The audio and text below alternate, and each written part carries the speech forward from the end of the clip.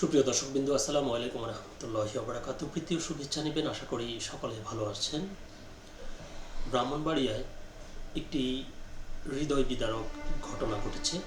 সেটি হলো, মেয়ে পালিয়ে বিয়ে করায় ছেলের মাকে হত্যা করেছে কনেপক্ষ। এরকম একটি সংবাদ প্রকাশিত হয়েছে এনটিভি নিউজে। চলুন দেখি আমরা সেখানে বিস্তারিত কি লিখেছে। মেয়ে পালিয়ে বিয়ে করায় ছেলের মাকে হত্যা, এটি হচ্ছে খবরটির শিরোনাম।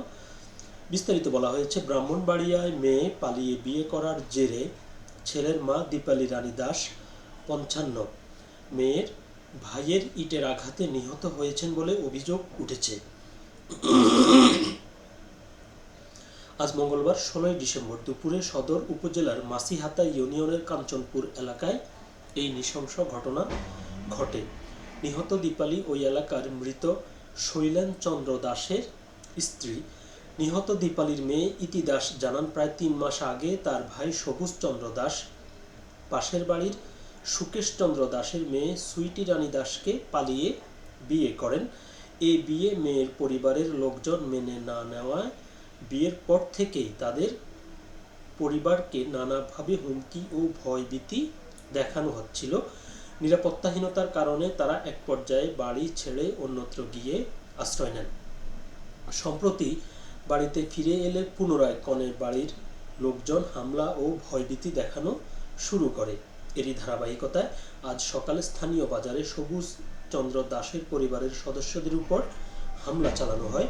দুপুরে ঘটনাটির প্রতিবাদ জানাতে গেলে প্রতিপক্ষ আরও ক্ষিপ্ত হয়ে ওঠে। এক পর্যায়ে সবুজের শ্যালক নিলয় চন্দ্র দাস ইট দিয়ে দীপালির মাথায় ও মুখে আঘাত করেন। পরে তাকে গুরুতর আহত অবস্থায় দ্রুত ব্রাহ্মণবাড়িয়া সদর হাসপাতালে নেওয়া হলে কর্তব্যরত চিকিৎসক মৃত ঘোষণা করেন। সদর মডেল থানার ভারপ্রাপ্ত কর্মকর্তা ওসি শহীদুল ইসলাম জানান, খবর পেয়ে পুলিশ ঘটনাস্থল পরিদর্শন করেছে। এই ঘটনায় ছেলের শ্বশুর বাড়ির ৩ জনকে জিজ্ঞাসাবাদের জন্য আটক করা হয়েছে। নিহত দীপালির মরদেহ ময়নাতদন্তের জন্য হাসপাতাল মর্গে রাখা হয়েছে। ঘটনার তদন্ত শেষে দায়ীদের বিরুদ্ধে আইনগত ব্যবস্থা নেওয়া হবে। মূল প্রতিবেদনটি এ পর্যন্তই ছিল। এখন যেটি বলতে হয় সেটি হচ্ছে যে, যারা পালিয়ে বিয়ে করলো, অর্থাৎ বর এবং কনে, তারা যদি প্রাপ্তবয়স্ক হয় তাহলে বাংলাদেশের আইনে এখানে কিন্তু অভিভাবকদের কিছুই করণীয় নেই।